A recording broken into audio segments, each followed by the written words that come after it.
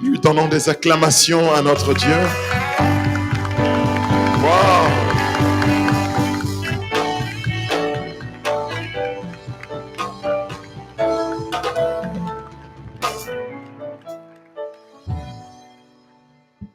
Nous allons nous asseoir. Je ne sais pas là où le Seigneur nous envoie, mais nous voulons être réceptifs et nous laisser conduire par lui.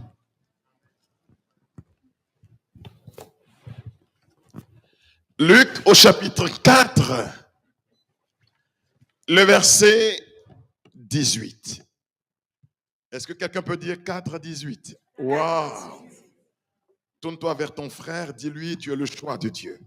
Tu es le choix de Dieu. Tu es le choix de Dieu. Tu es le choix de Dieu. Tu n'es peut-être pas le choix de ton collaborateur. Tu n'es peut-être pas le choix de cet homme que tu rencontres sur le chemin. Mais j'ai une certitude, tu n'es pas ici par hasard. Tu es le choix de Dieu. Est-ce que nous pouvons donner des acclamations pour le Seigneur?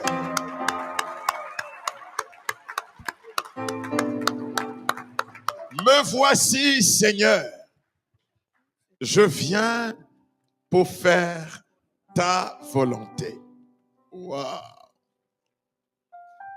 C'est la 49. Est-ce que vous êtes là? Est-ce qu'on peut avancer? Tu es le choix de Dieu.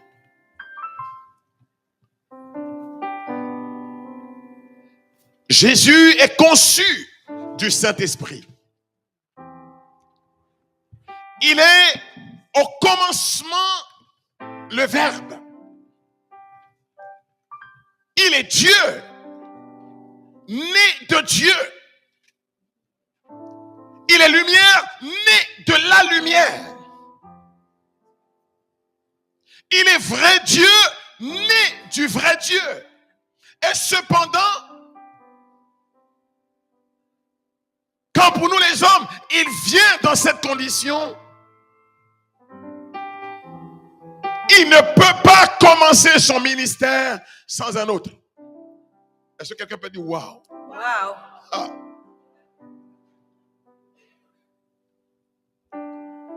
À 12 ans, il épatait déjà les docteurs de la loi.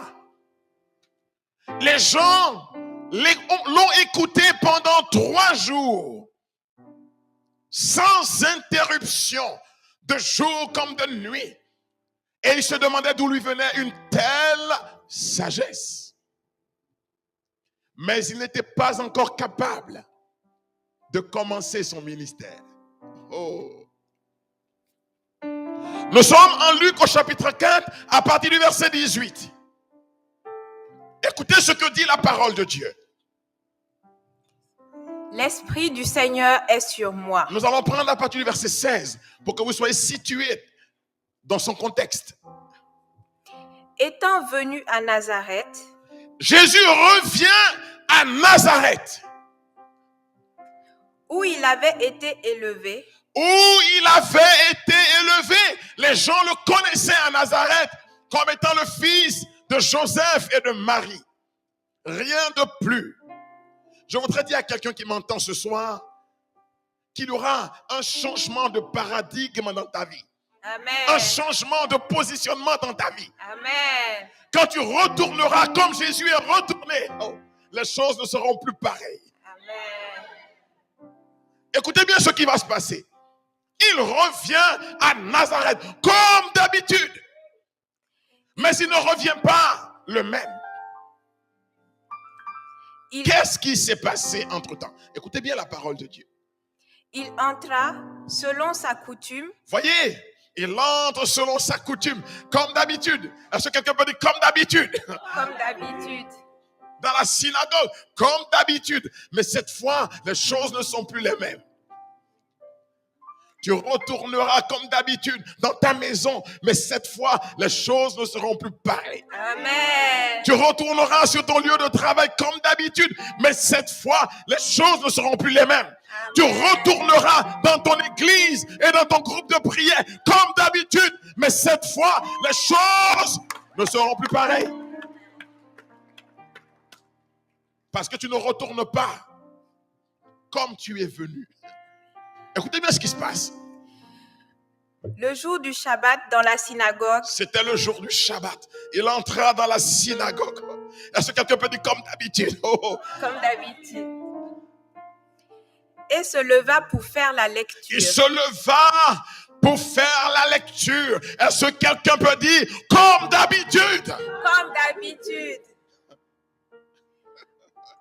On lui remit le livre du prophète Isaïe. Cette fois, on lui remet le livre du prophète Isaïe.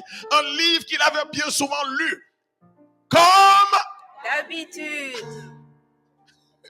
Et l'ayant déroulé, mais quand il déroule le rouleau du livre, je veux dire à quelqu'un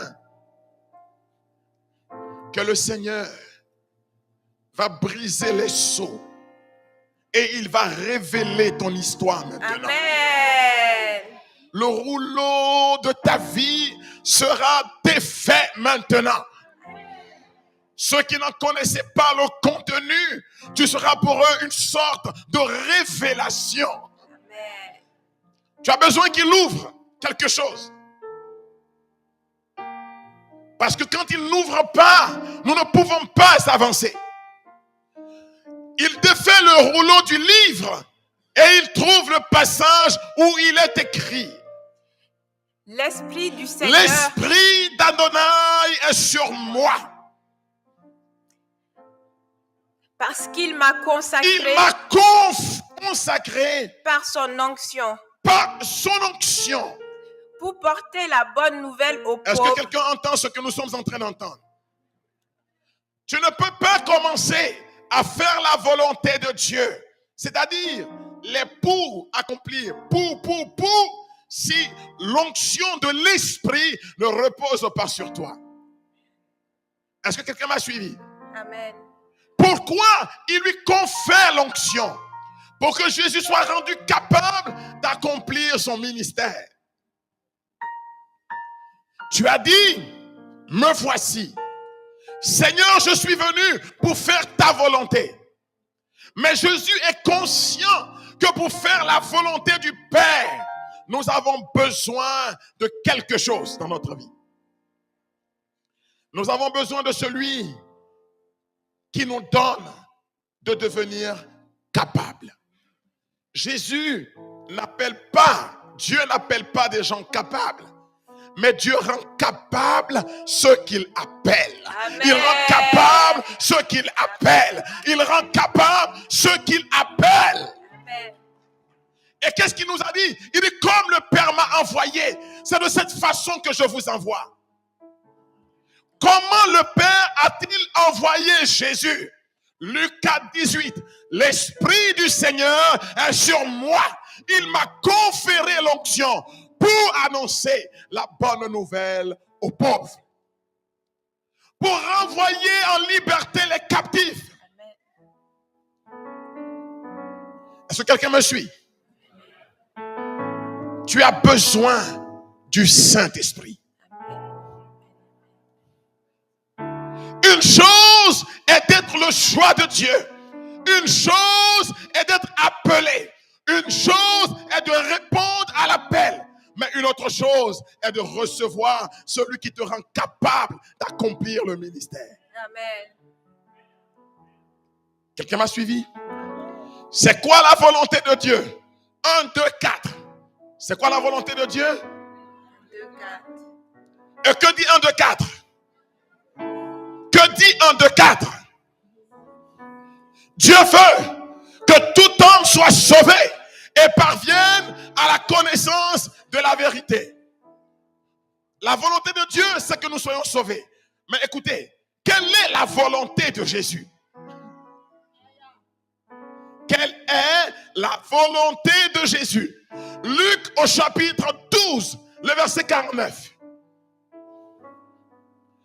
Pour que 1, 2, 4 s'accomplisse, il faut la 12, 49 dans ta vie. Luc chapitre 12, le verset 49. Écoutez ce que dit Jésus. Je suis venu jeter le feu sur la terre. Jeter le feu sur la terre. Et que désirais-je Et comme je voudrais. si déjà il est allumé? J'aime pas cette version de la parole de Dieu. Je cherche une note. Trouvez-moi une bonne Bible. Prends dans la version Jérusalem ou dans la Top. Parce que sinon on ne ressent pas le verset. Je ne sais pas quelle est cette version de la Bible. C'est une parole sophistiquée. Nous reprenons Luc chapitre 12, le verset 49. Donnez une bonne Bible à ma fille.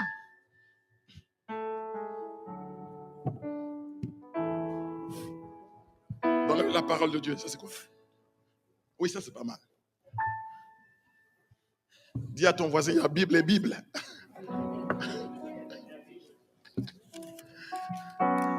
Luc chapitre 12, le verset 49.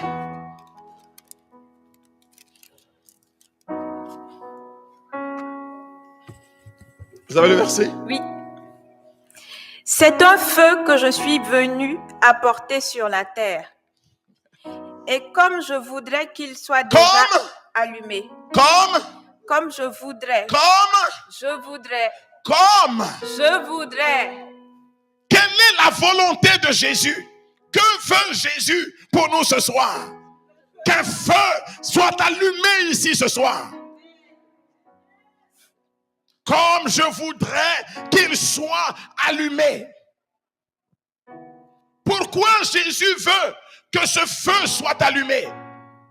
Parce que Jésus sait que nous ne pouvons pas faire la volonté de Dieu sans cette énergie qui vient d'en haut. Amen.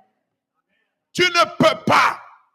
Si vous congédiez le Saint-Esprit, vous serez une association pieuse, mais pas l'église du Dieu vivant. Je veux ton amen qui vienne jusqu'à moi. Amen.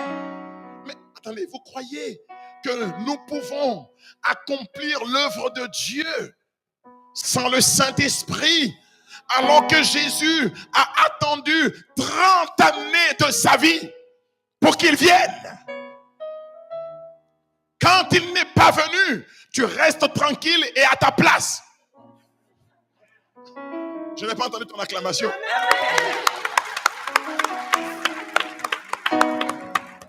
Jésus l'a attendu pendant 30 ans. Et quand il est revenu du désert, il est revenu avec la puissance de l'Esprit. Il dit dans la synagogue de Nazareth: l'Esprit du Seigneur est sur moi. Le temps maintenant est venu. Quelqu'un m'a suivi? Amen. Si le Saint-Esprit quitte l'Église, elle devient une association de bienfaisance. Elle n'est plus le sacrement du Christ, c'est-à-dire son corps vivant. Dis à ton voisin, tu as besoin du Saint-Esprit. Tu as besoin du Saint-Esprit. Ce n'est pas une option, c'est l'unique option. Le Saint-Esprit n'est pas une option parmi tant d'autres, c'est l'unique option. Tu as besoin du Saint-Esprit. Amen. Actes chapitre 1er, le verset 4 jusqu'au verset 8. Écoutez ce que Jésus dit. Il est revenu de la mort et les disciples sont ragaillardis. Ils ont maintenant le désir d'y aller. Ils veulent en découdre. Jésus dit: doucement les petits. Doucement. Dis à quelqu'un: doucement. Doucement. On n'y va pas comme cela. On n'y va pas comme cela. Acte 1, à partir du verset 4. Ma fille, suis-moi ici. Acte 1, 4. Il ne faut pas la distraire, hein, parce qu'elle prêche avec moi. Tu prêches avec moi. Amen. Reste en connexion avec moi. Ce n'est pas du jeu. C'est quelque chose qui va éclater cette église tout à l'heure. Amen. Nous préparons quelque chose. Nous sommes en train de préparer quelque chose. Acte chapitre 1er à partir du verset 4. Au cours d'un repas avec eux, Acte chapitre 1er, verset 4. Il leur recommanda de ne pas quitter Jérusalem. Quelle est la recommandation de Jésus? Ne quittez pas Jérusalem. Qu'est-ce qu'il dit? Ne quittez pas Jérusalem. Ne commencez pas ce que vous ne pouvez pas terminer. Ah oui. Jésus n'a pas commencé son ministère comme on va au supermarché sans avoir une liste de choses à prendre. On n'improvise pas la mission. On n'improvise pas. Il nous faut un plan directeur. Nous savons d'où nous partons et nous savons où nous venons. Jésus a commencé son ministère avec une feuille de route. Quand il a dit l'Esprit du Seigneur est sur moi, à partir de cet instant, il ne parle plus de lui-même, mais il parle de la part de son Père. Il dit, les paroles que je vous ai dites, Jean chapitre 6, le verset 64, les paroles que je vous ai dites ne viennent pas de moi, elles viennent de mon Père. Elles sont l'Esprit et elles donnent la vie. Jésus n'a pas fait un ministère à tâtons. Il avait le programme d'activité qu'il devait mener. Son plan d'action était devant lui, dicté par l'Esprit. Car sa nourriture, c'est de faire la volonté de son Père. Quand tu n'as pas le Saint-Esprit, tu n'as pas clairement devant toi ce que tu dois faire. Que dit Jésus? Acte 1, verset 4. Ne quittez pas Jérusalem. Attendez quoi? Continue. Mais dit attendre la promesse du Père. Il faut attendre une promesse. Il y a une promesse pour toi ce soir. Amen. Verset, continue.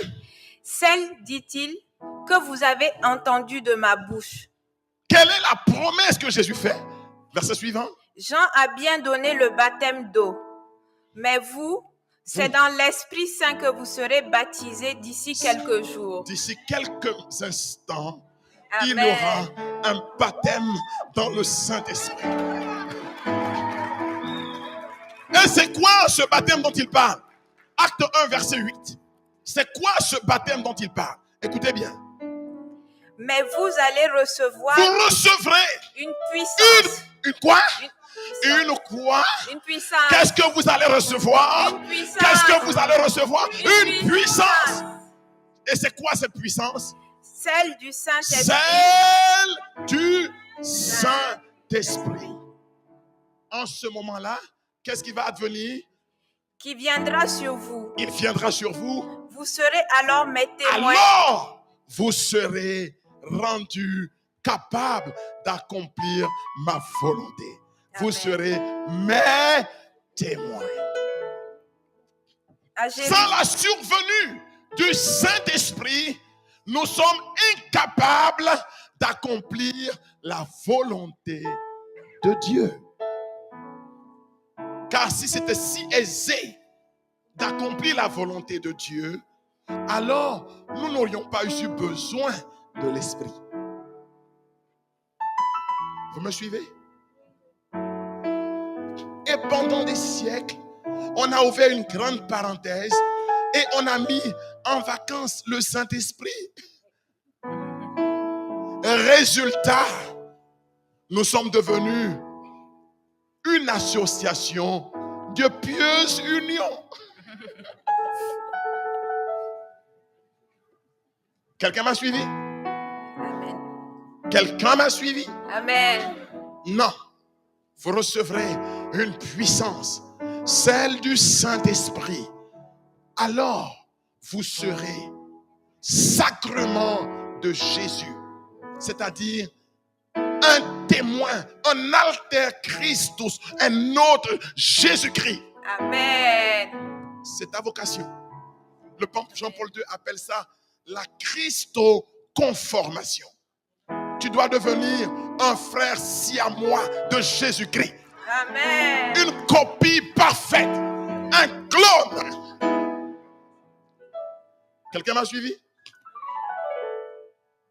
Alors, la mention chrétien ne sera pas un slogan, mais ton identité. Chrétien veut dire un autre Christ. Quelqu'un m'a suivi? La Bible dit que lui, Jésus, les envoyait là où lui-même devait se rendre. Tu seras en représentation diplomatique pour les choses du royaume. Là où tu es, c'est une représentation diplomatique de Jésus. Tu seras en ambassade pour le Christ. Ah oui, nous sommes ici en ambassade pour le Christ. Nous tenons la bannière de Jésus-Christ. Nous sommes le Christ en mission. Quelqu'un m'a compris? C'est qui un ambassadeur? Il représente son État. Un pays, quand il est là, c'est le pays qui est là. L'Église anticipe sur la terre pour les hommes le ciel de Dieu. Amen. Ici, nous sommes dans un bout du ciel.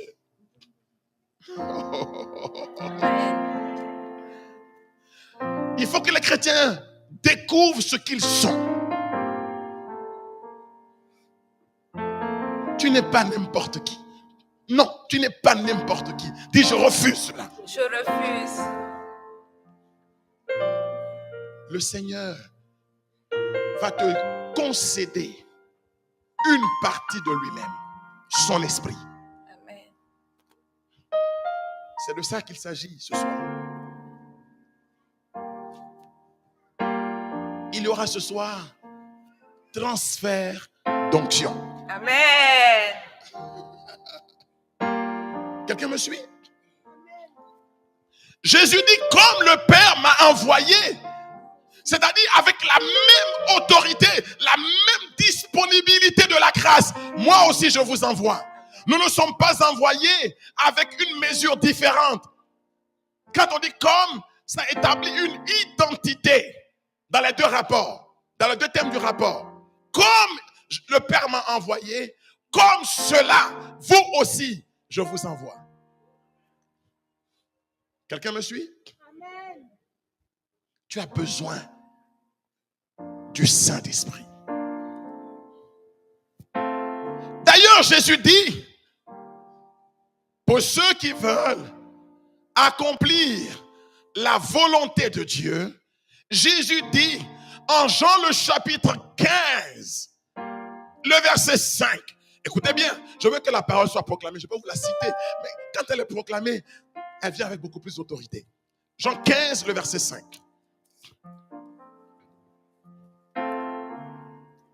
Je suis la vigne.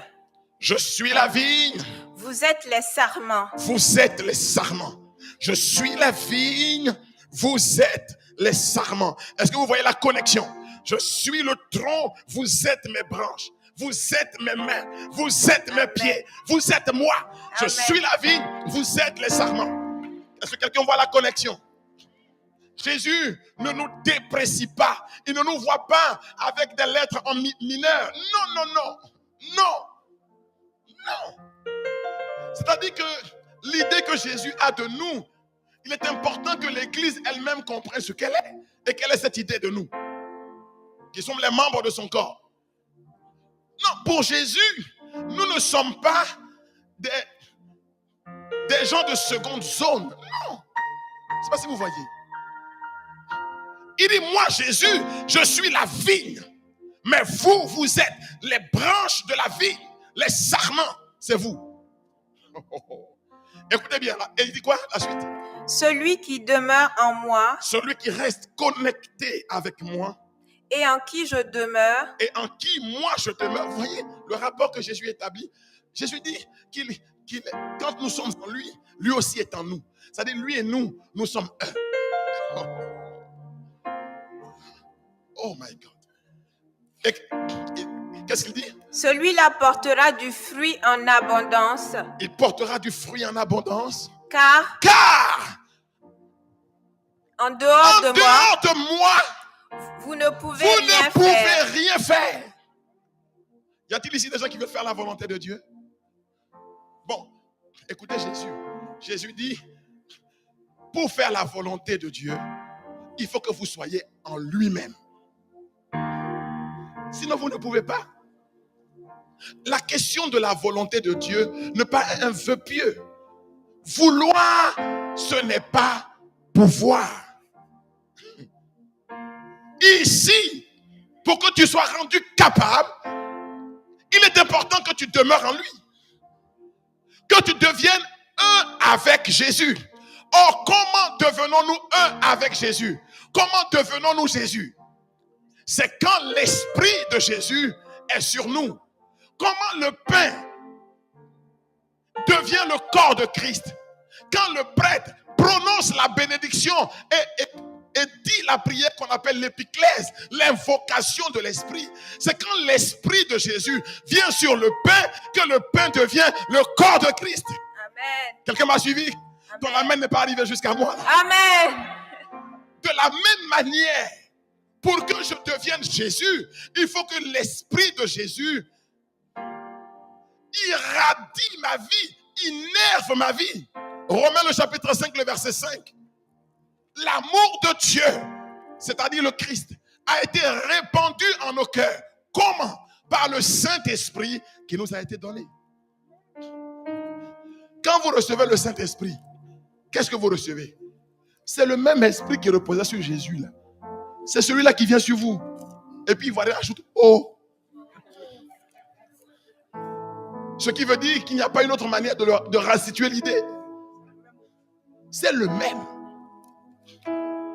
Celui que tu vas recevoir, c'est le même qui reposait sur Jésus. C'est celui qui a rendu Jésus capable d'accomplir parfaitement le dessein du Père. Le même, pas un autre. C'est celui-là que Jésus t'envoie maintenant. Es-tu disposé à le recevoir, le même?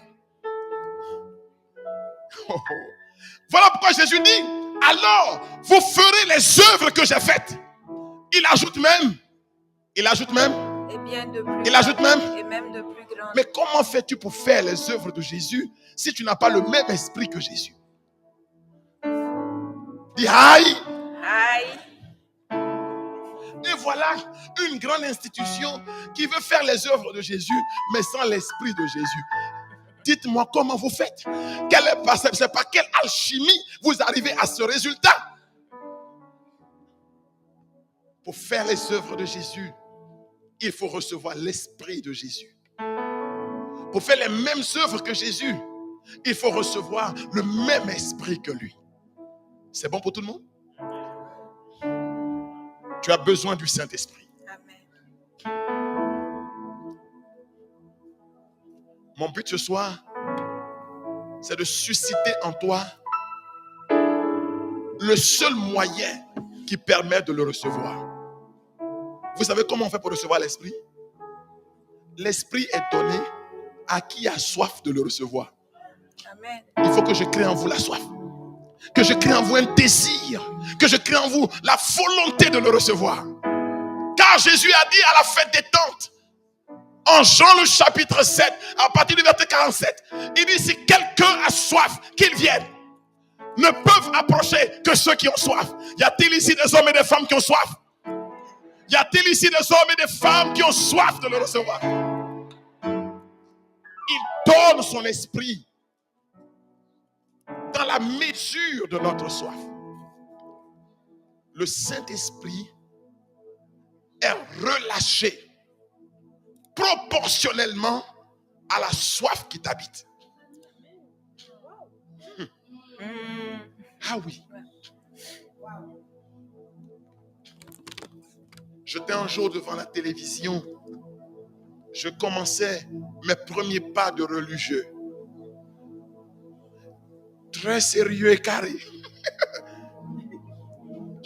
Et je suis tombé sur une chaîne de télévision qui présentait une évangélisation. Et je vois le Saint-Esprit à l'œuvre dans cette évangélisation. J'ai retiré ma chaise et je me suis assis par terre. Je dis, mais je vois ou je ne vois pas? Est-ce que je vois bien? Quand cette émission s'est achevée, j'ai laissé partir les frères et je suis monté seul dans la chapelle.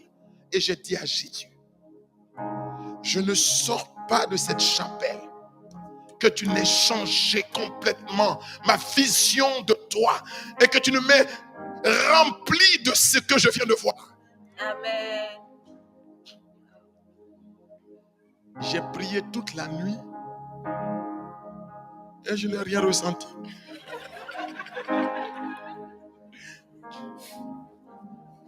Le matin, j'étais très déçu. Mon supérieur me dit, nous étions 3. Ah, j'ai un engagement à Bergerville, c'est une cité du pays d'où je viens. Il y a pas un centre de retraite, un peu comme le centre, la maison où on était. Non, il y a une communauté religieuse là. À l'Alliance, un genre de maison comme la maison de l'Alliance. Je vous envoie pour un groupe du renouveau. Vous allez faire une petite animation, une petite retraite. Le feu d'obéissance nous envoie en mission. Sans trop de conviction, mais on y va quand même. Et puis, on fait la mission. Et le dernier jour, nous les 3, on décide de faire une petite prière ensemble avant l'effusion de l'Esprit. Et quand on se tient les mains, je vois du coup une autre chose. J'ai pensé que c'était une distraction dans mon esprit. Je vois les gens qui rentrent dans l'église, parce qu'il y avait là-bas une chapelle, une grande chapelle. Je vois les gens qui rentrent dans la chapelle. Et ces gens-là tombent sous le poids de l'esprit. Ils étaient littéralement dans l'ivresse. C'était comme en un instant. Résultat, je dis au responsable de notre équipe, mais voilà ce que je viens de voir. Il me regarde.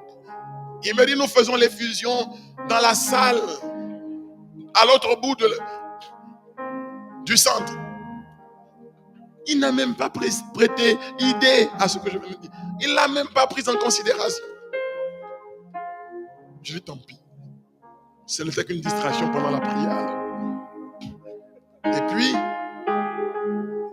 les gens s'en vont pour la prière à l'endroit indiqué. Et voici une religieuse du centre qui vient en courant.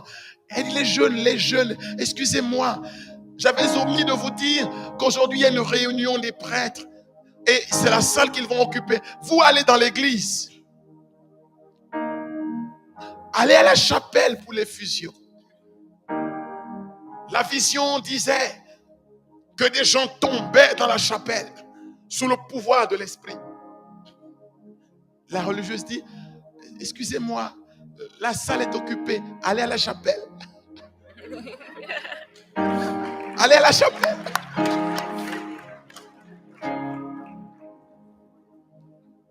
Nous revenons à la chapelle. Nous étions devant l'autel. Et le responsable de l'équipe venait avec une autre personne. Ils étaient à l'entrée de l'église. Mais le groupe de prière était déjà rentré. Dans leur entendement, on souhaitait diviser le groupe en 2 pour la prière de l'effusion. Je vous dis ça parce que c'est ce qui va se passer ce soir. Amen. Et j'ai vu les premiers qui se sont levés. Ils ont commencé à avancer vers nous. Nous étions là. Et je vois à peu près à 5-10 mètres des gens qui avançaient pour recevoir la prière naïvement ont commencé à tomber tout seuls de là où ils étaient. Ils n'étaient même pas en contact avec nous. Nous étions à peu près à 5 mètres de distance. Je vois toute l'église, les bancs qui allaient dans tous les sens. Et les gens étaient par terre. quand il se levait, il commençait à prier en langue, à prophétiser, comme cela va arriver ce soir. Amen. Ils étaient remplis d'un feu quand ils sont repartis dans leur paroisse. Le curé a dû appeler pour dire, mais qu'est-ce qui se passe ici dans mon église? C'était le feu dans l'église et dans le quartier. Amen. Un renouveau extraordinaire a commencé dès cet instant-là. Si tu veux accomplir les œuvres de Dieu, tu as besoin d'être équipé de l'Esprit de Dieu. Amen. Alors je voudrais vous proposer ce soir un petit parcours pour que ce qu'il a commencé avec nous, il puisse le faire également avec vous. Amen.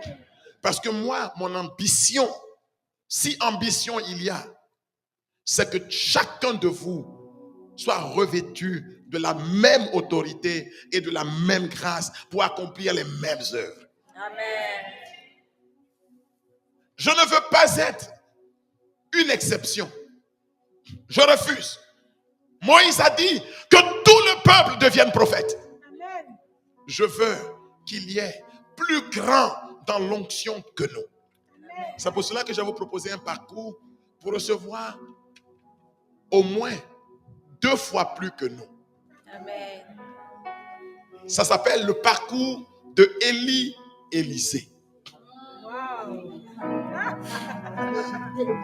Ce soir, je veux que tu reçoives la double portion de ce que nous-mêmes avons reçu.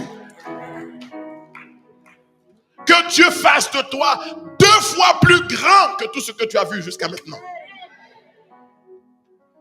Parce que nous ne pouvons pas évangéliser le monde de notre temps avec une mesure d'onction qui ne soit pas 2 fois plus grande que ce que les dévanciers ont expérimenté.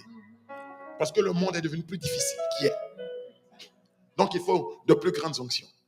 Alors, je vais vous parler rapidement du parcours Élie-Élysée. Premièrement, on va lire 1 Roi chapitre 19, le verset 19. Écoutez bien. On peut être le choix de Dieu. On peut être dans la bonne disposition, recevoir toutes les formations. Mais si vous n'entrez pas dans ce parcours, vous ne serez pas capable d'accomplir la volonté de Dieu. D'accomplir les œuvres de Dieu. 1 Roi 19, à partir du verset 19. Oui. Il partit de là et trouva Élysée.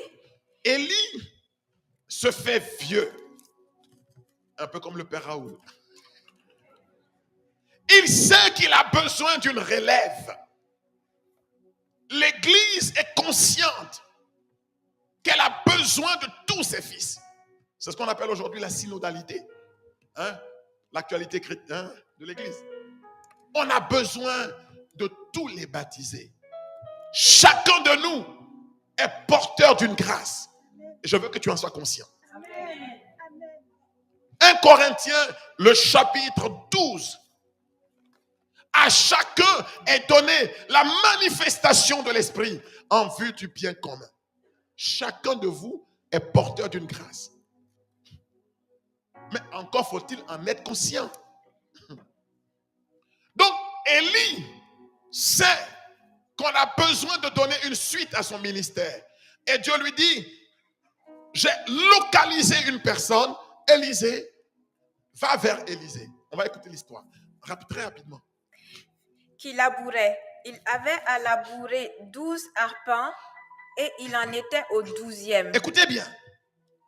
Élie est envoyé vers Élysée, qui est le choix de Dieu, qui n'est pas le choix d'Élie. C'est pour cela que quand vous êtes dans la vie dans l'esprit, il faut être ouvert aux surprises de l'esprit. Amen. Il y a des gens qui sont au milieu de nous qu'on ne considère pas. Et pourtant, Dieu en a besoin pour faire des grandes choses. Amen. Dans la communauté où j'étais, mon premier apostolat, c'était de faire la mise en place pour les prières. Je plaçais les chaises. Mais j'étais tellement heureux de faire ce boulot parce que j'aimais les assemblées de prière où je voyais le Seigneur faire consoler des âmes. Et nous étions allés dans une évangélisation dans une petite ville de chez moi. Et j'ai préparé l'église pour qu'on puisse faire l'évangile. J'ai ton ministère. J'avais ton ministère. Hein? Mon frère, comment tu t'appelles? Rappelle-moi ton prénom. Non, toi. Pascal. Je t'ai comme Pascal. J'apprêtais les choses pour les prières. En plus, je mettais les chaises. Et là, dans l'église, quand j'apprêtais les choses, il y avait une vieille femme dans le fond. Donc, j'apprête l'église, je l'ai trouvée là.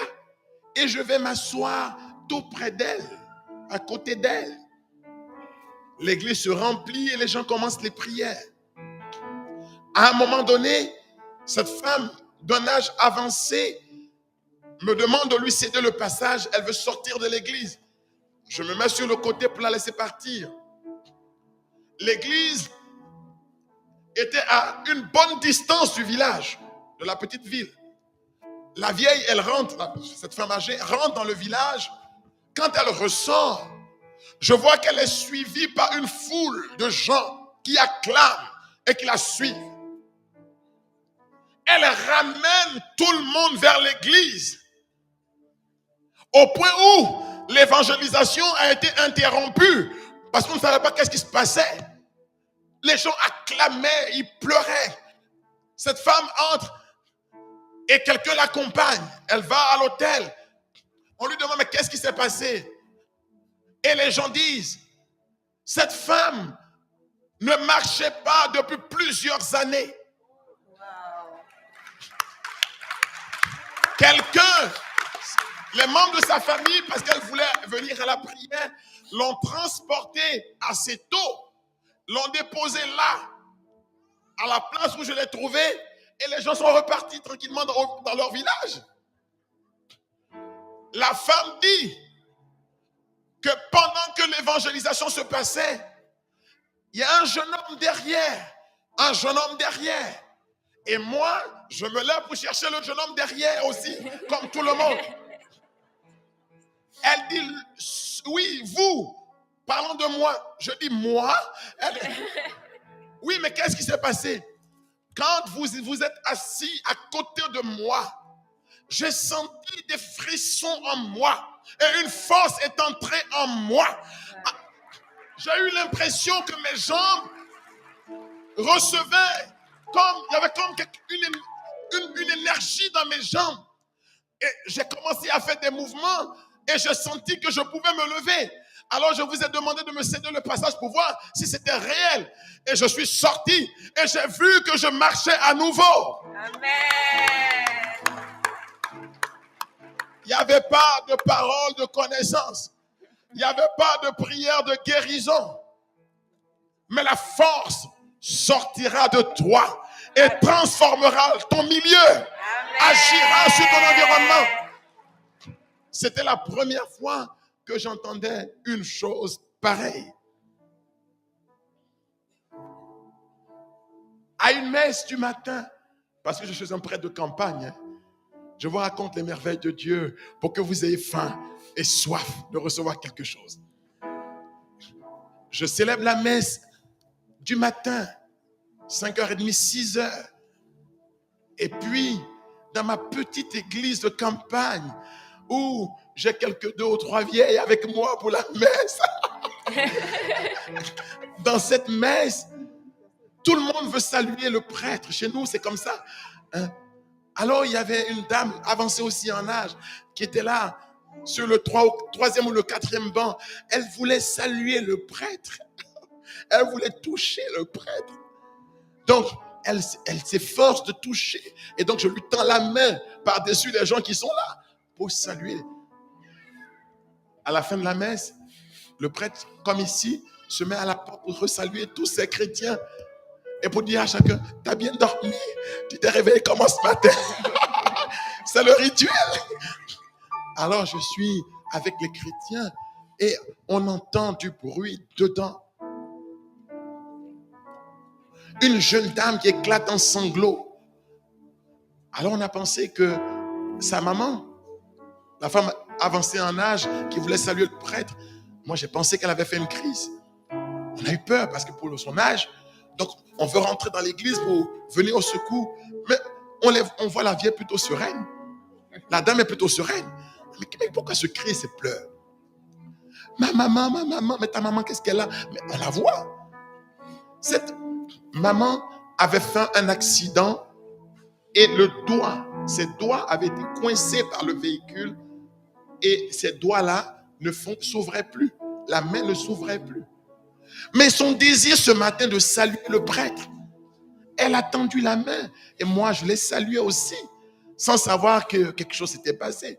Mais en tendant la main, sa main s'est ouverte tout simplement. Amen. C'est ce qui s'est passé. Je vous raconte ce qui s'est passé. Il n'y a pas eu de parole de connaissance.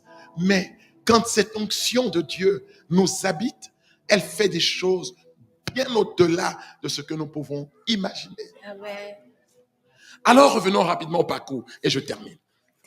Élie passa près de lui. Élie passe près d'Élisée.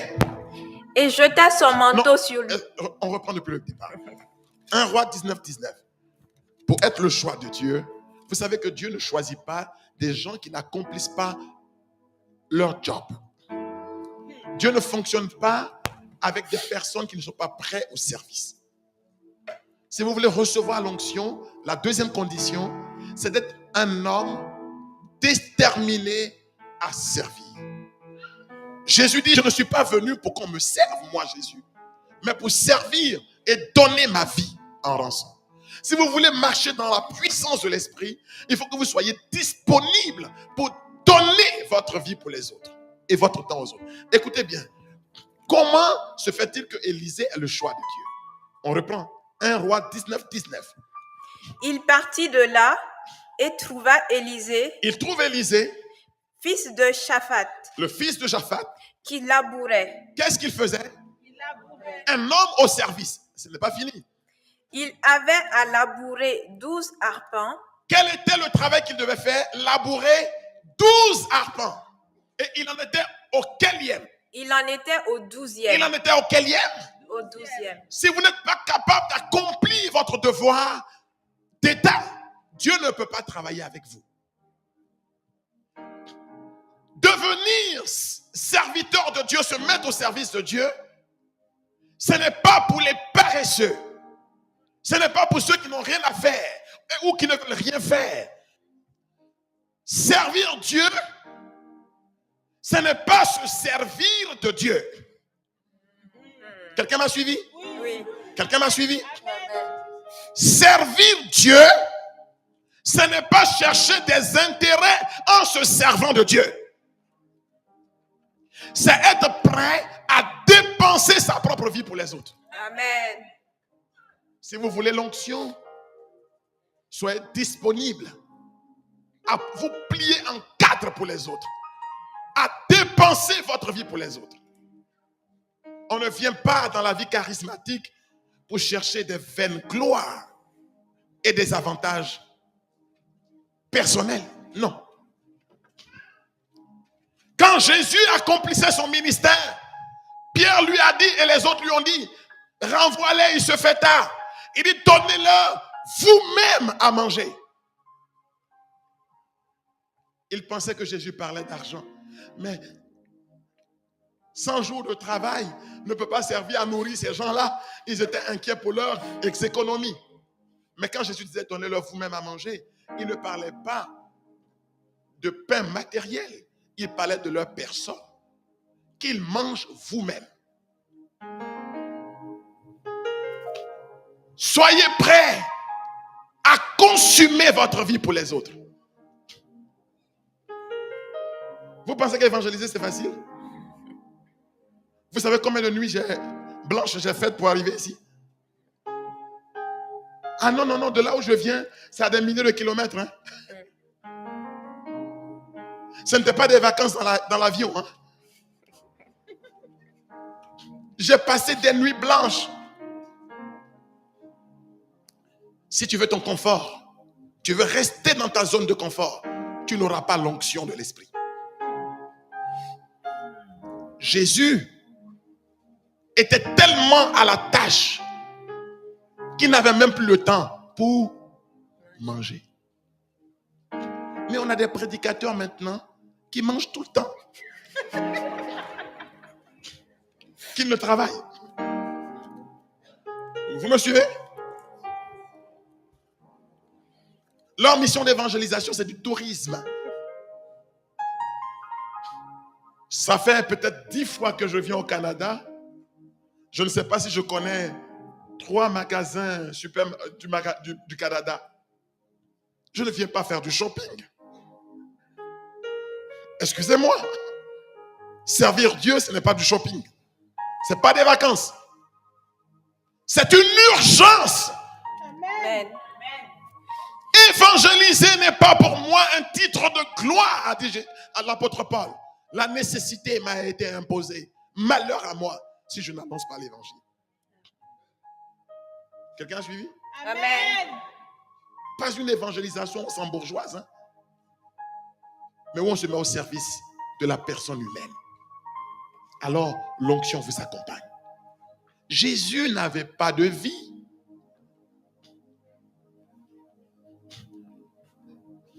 Une de mes filles,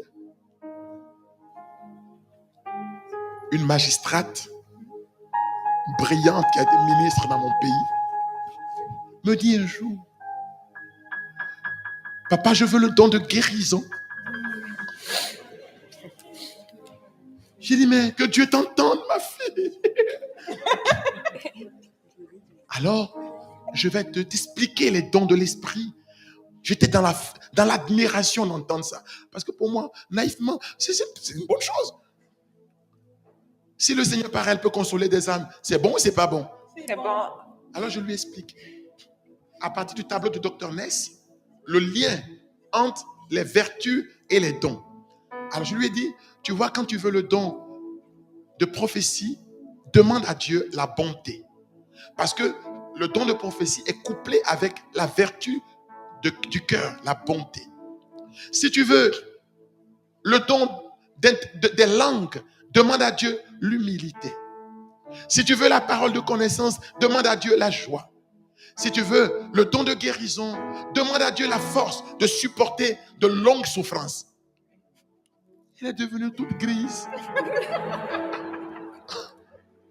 J'ai rien compris. Elle dit, comment? Tu m'expliques? Qu'est-ce que tu dis? Et moi, dans mes envolées, quoi. J'étais dans mon nuage. Je dis, tu vois, le prophète Isaïe a dit, par le meurtrissure de sa chair, nous sommes guéris. Le don de guérison, c'est un don de compassion. Paul a dit, la mort agit en moi pour que la vie agisse en vous. Que le don de guérison, c'est un don de compassion. Compatir, ça veut dire être capable de porter la souffrance d'autrui. Et j'entends une voix tremblante qui dit, je ne veux pas le don de guérison.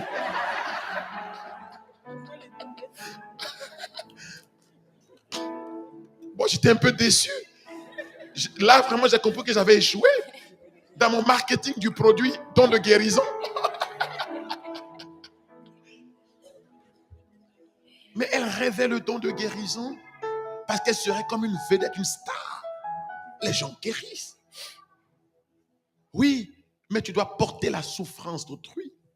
Porter le fardeau avec l'autre. C'est ça le don de guérison. Voilà pourquoi Jésus a dit, pour guérir, il a dit, vous imposerez les mains. Mais on ne comprend pas bien cette expression, vous imposerez les mains. Et ce que Jésus a voulu dire, c'est que vous allez tendre la main aux autres. Quand tu n'es pas prêt à tendre la main à l'autre, tu ne peux pas être l'outil de Jésus pour guérir. Le Canada a connu le père Tardif, non? Sa vie était de tout repos. Les souffrances qu'il endurait, vous le savez, non? Mais les gens guérissaient autour de lui. Y a-t-il ici des candidats au don de guérison?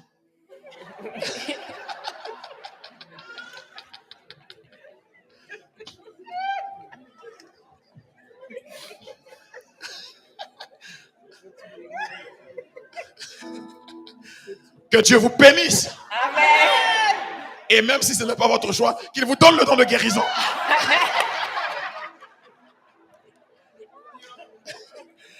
Paix et joie.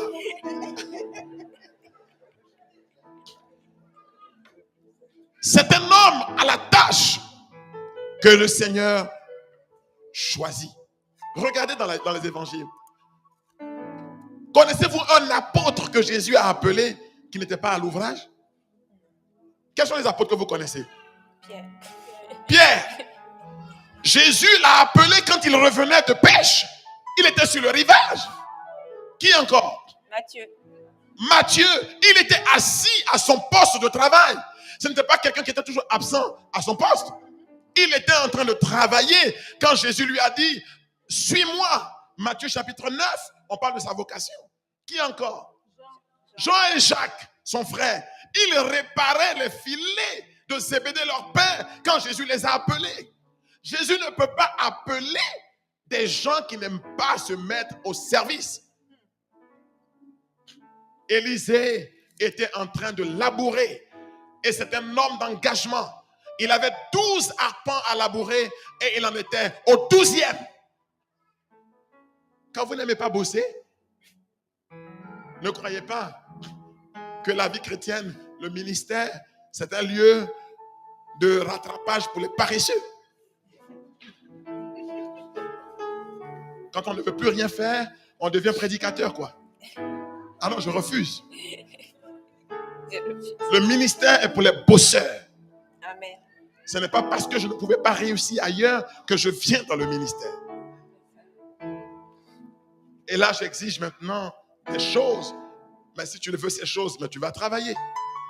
C'est bon pour tout le monde? Comment faire le ministère? Là, c'est 2 Rois maintenant. 2 Rois au chapitre 2 à partir du verset 1er. Quand le Seigneur envoie Élie choisir Élisée, Élie jette son manteau sur Élisée. Dans 1 Roi 19, on n'a pas lu cela. Mais dans 1 Roi 2, le manteau qu'on lui a concédé gratuitement, Élisée maintenant devait travailler pour aller le chercher. Donc dans la vie dans l'esprit, il y a 2 moments. Il y a le moment où Dieu t'appelle, il met son manteau sur toi. Et il y a le moment où toi, tu dois maintenant travailler à aller chercher le manteau.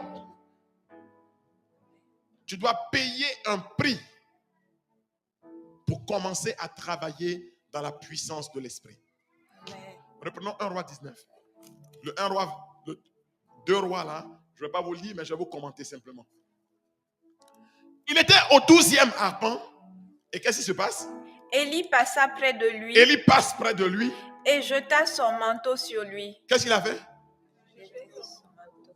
Mais est-ce que Élisée avait demandé ce manteau-là? Non. Il a jeté son manteau sur lui. Mais après, il faut que Élisée lui-même aille chercher le manteau qu'on a jeté sur lui. C'est ce que les gens ne comprennent pas. Mon père, on a prophétisé, on a dit que j'allais faire ceci, j'allais faire cela, que le Seigneur m'appelle, qu'il m'a donné tel don, mais je ne vois pas le don se manifester. Mais tu ne le verras pas se manifester si tu ne te mets pas au travail. Si tu veux voir maintenant le don se manifester, il y a 5 étapes. Et je termine. Première étape, on lit seulement le premier verset de 2 Rois, parce que c'est ce qui va se répéter jusqu'à la fin du texte. 2 Rois, chapitre 2, verset 1er. Voici ce qui arriva quand le Seigneur fit monter Élie au ciel dans la tempête. Élie et Élisée quittaient Gilgal. Élie et Élisée quittaient Gilgal. Élie dit à Élisée. Élie dit à Élisée. Reste ici, je t'en Tu prie. peux rester ici. C'est-à-dire que tu es libre. Mais quand tu veux suivre le Seigneur, il faut savoir qu'il y aura des exigences de se mettre en route. Pour se mettre en route, il y a des exigences. Mais tu es libre. Dieu n'oblige personne. Mais il faut que tu saches que si tu dis oui, tu dois accepter de payer le prix. Parce que celui qui met la main à la charrue et qui regarde en arrière n'est pas digne de moi. Donc, car le Seigneur m'envoie jusqu'à Bethel. Élie dit à Élisée que lui, il part à Bethel, mais que tu es libre de rester ici. Et qu'est-ce que dit Élisée? Élisée répondit, par la vie du Seigneur, et par ta propre vie, je ne te quitterai pas. Je ne te quitterai pas. Point. Nous arrêtons là. Alors, la première étape, c'est que Élie et Élisée quittent Gilgal. Gilgal, ça veut dire en hébreu le cercle de pierre. Si vous voulez, c'est comme une prison. Si vous voulez servir Dieu, il y a un cercle de pierre que vous devez quitter. Dis-moi, qu'est-ce que tu quittes? Tu dois identifier Gilgal dans ta vie. Si vous voulez marcher avec l'onction, l'Esprit de Dieu, il faut être prêt à renoncer à un certain nombre de choses. Tu ne peux pas vivre une vie médiocre. Bien sûr, il faut la grâce de Dieu, mais il faut aussi ta volonté. La volonté de quitter quelque chose. Paul dit, quand j'étais un enfant, je parlais comme un enfant. Je raisonnais comme un enfant. Je faisais ce qui était de l'enfant. Mais devenu adulte, j'ai renoncé à ce qui était de l'enfance. Il y a des choses auxquelles tu dois renoncer. Renoncer à ton caractère irascible, colérique. Ne dis jamais aux gens, prenez-moi comme ça. Je ne te prends pas comme ça. C'est trop facile. Si tu sais que ton attitude n'est pas correcte et que tu veux marcher dans la puissance de Dieu, il faut accepter de te remettre en discussion. À quitter, il faut la conversion. Prends le chemin de la conversion. Conversion, ça veut dire chemin de renoncement à certaines choses, à ma vie ancienne. Ne dis pas aux gens, c'est-à-dire ne fais pas du tout des morceaux cousus. Les vieilles habitudes et les nouvelles ensemble. Non. On ne met pas du vin nouveau dans des vieilles outres. On ne raccommode pas un vieux tissu avec un nouveau. Sinon tout s'abîme. C'est pas ce qu'a dit Jésus. Tu es menteur. Renonce au mensonge. Tu vivais dans l'impureté. Renonce à l'impureté. Tu étais voleur. Vole moins.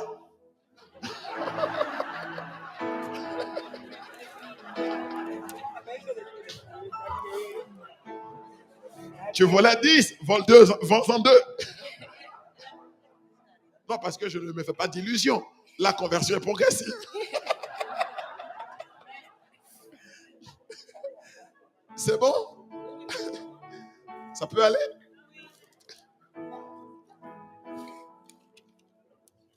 L'important est de reconnaître qu'il y a des choses qui doivent changer dans la vie. Il te faut quitter ce mur, ce cercle de pierre qui t'empêche d'avancer, qui s'appelle Gilgal. Ta vie ancienne. Tu dois quitter quelque chose. Et quand on quitte Gilgal, on va vers où? On va vers Bethel. Bethel veut dire quoi? Bethel, la maison de Dieu. N'est-ce pas? Oh, Bethel, la maison de Dieu, c'est quoi? C'est la maison de prière. Qu'est-ce qui va me permettre de sortir de la maison de Pierre?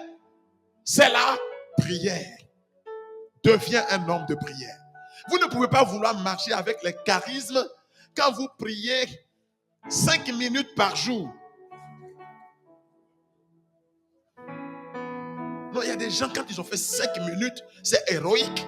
Non, j'ai prié aujourd'hui, j'ai fait 5 minutes.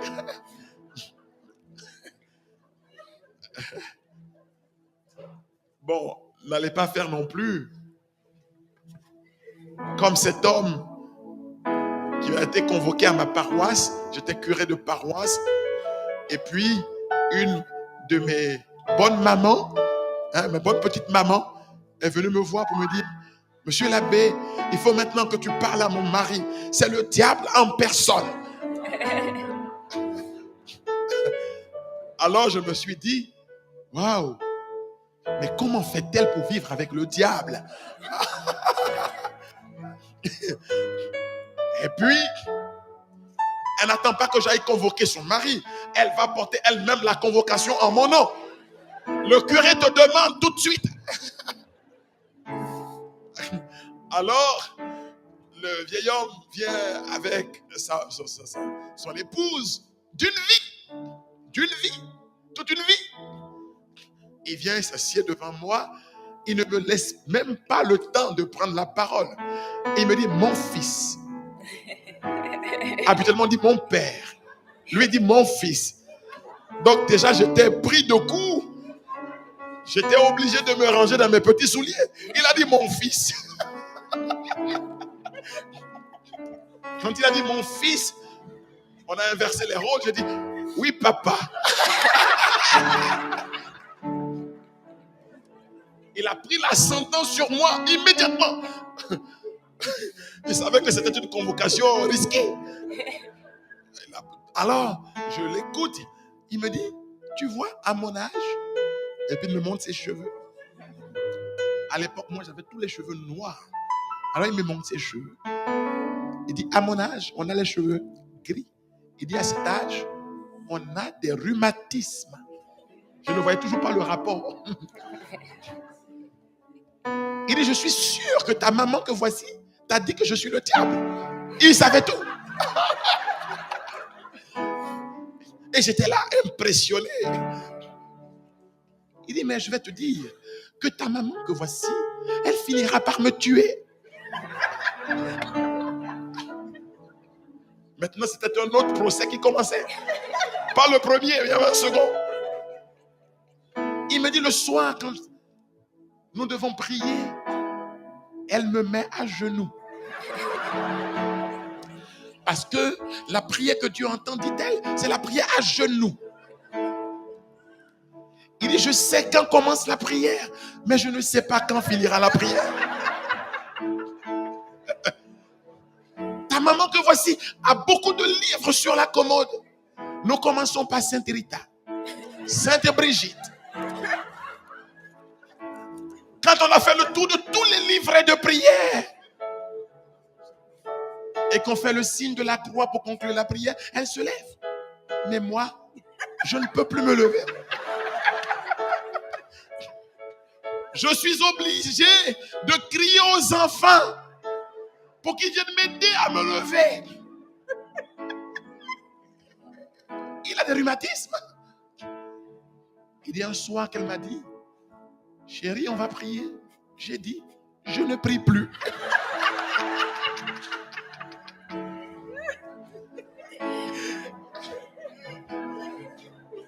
Bon, il faut prier, mais il faut rester quand même raisonnable. Paix et joie. Amen. La prière est la puissance dont Dieu se sert pour briser Gilgal, cette forteresse de pierre. Il y a des pierres que nous devons ôter. Devant le tombeau de Lazare, Jésus a dit, ôtez la pierre. Si tu ne veux pas que la pierre soit ôtée, tu ne peux pas entrer dans ce que Dieu veut pour toi. Vous me suivez? Quitter Gilgal pour aller à Bethel. Si tu veux marcher dans l'onction, tu dois avoir une discipline pour la vie de prière. La deuxième étape, c'est Bethel. Élie dit à Élisée, je vais maintenant quitter Bethel et je vais où? À Jéricho. Élisée dit, je te suivrai à Jéricho. La troisième étape, c'est quoi? C'est Jéricho. Jéricho, c'est le lieu où on rentre dans nos possessions, dans les grâces que le Seigneur veut nous donner. Mais ce que nous devons savoir, c'est que Jéricho est derrière une forteresse. Jéricho c'est l'exercice au combat spirituel. Si vous voulez marcher dans l'esprit, il faut accepter de vous confronter et affronter les combats de la vie. Le combat, c'est quoi? C'est les efforts conscients que nous faisons pour renoncer chaque jour à ce qui nous tire vers le bas. Quand on dit combat spirituel, ça ne veut pas dire que tu vas voir Satan en personne. Non. Mais tu dois avoir du discernement pour ne pas te laisser prendre par la séduction de ce monde. Si tu veux rentrer dans des choses plus grandes. Vous comprenez ça? L'exercice au combat spirituel. Je vous donne les étapes pour prendre le manteau maintenant. Pour que Dieu libère son potentiel en vous. Élie dit à Élisée, je vais maintenant au-delà du Jourdain. Traverser le Jourdain. Le Jourdain représente les épreuves. Ne croyez pas que la vie dans l'onction de l'esprit va vous faire l'économie des épreuves. La vie chrétienne, c'est affronter les mêmes épreuves que les autres, mais les vivre différemment. Vous comprenez? Sinon, vous serez découragé ou vous allez vous laisser décourager. On va dire, mais tu dis que tu as l'Esprit Saint et puis tu vis les mêmes choses que nous. Oui, mais je les vis différemment, je les porte différemment. Je ne dois pas m'arrêter parce qu'un obstacle est devant moi. Je dois traverser le Jourdain. Et quand je fixe toujours mon but, le Seigneur me donne la force de traverser le Jourdain. Et quand ils arrivent au-delà du Jourdain, il y a un char de feu qui emporte Élie. N'est-ce pas? Mais le manteau d'Élie, Élie ne le jette plus sur Élisée. Où est-ce qu'il le jette? Par terre. Pour que Élisée apprenne à s'abaisser pour prendre le manteau. Si vous voulez le revêtement dans la puissance de l'esprit, il faut que vous soyez un homme ou une femme qui a le courage de s'abaisser. Que la grâce de Dieu ne devienne pas un motif d'orgueil pour vous. Le secret de Marie, c'est son abaissement. Marie dit dans son Magnificat que Dieu n'a pas regardé à ses yeux bleus, mais que Dieu a regardé à son abaissement. Il a regardé à l'abaissement de sa servante. Si vous êtes assis dans l'arrogance, si vous vous établissez dans votre orgueil, la grâce finira par vous quitter. Pas que Dieu la retire, mais c'est que vous-même vous vous retirez de la grâce. Parce que Dieu ne se répand pas de ses dons. Mais nous pouvons nous éloigner des dons de Dieu. Quelles sont les 5 étapes pour que le manteau soit à toi? 1. Quitter ton cercle de pierre, Gilgal, c'est la conversion. De tous les moments, de tous les instants, de tous les jours. Ne dis pas, je suis trop spirituel pour accepter qu'on me fasse un reproche. Tout reproche qu'on me fait est une bénédiction pour moi, une chance pour que je me convertisse. 2. Je dois aller à Bethel. Je dois devenir un homme ou une femme de prière. Prier sans cesse. Tu as besoin de la prière. 3. Tu vas vivre des combats, mais que tu sois fort pour ne jamais relâcher. 4. Tu rencontreras des obstacles, des épreuves, mais le Seigneur t'ouvrira toujours un chemin là où tout semble fermé. Amen. Que les épreuves ne t'arrêtent pas. Mais surtout, 5, pour vivre dans l'Esprit Saint, il faut savoir s'abaisser. Que Dieu vous remplisse de son feu. Amen.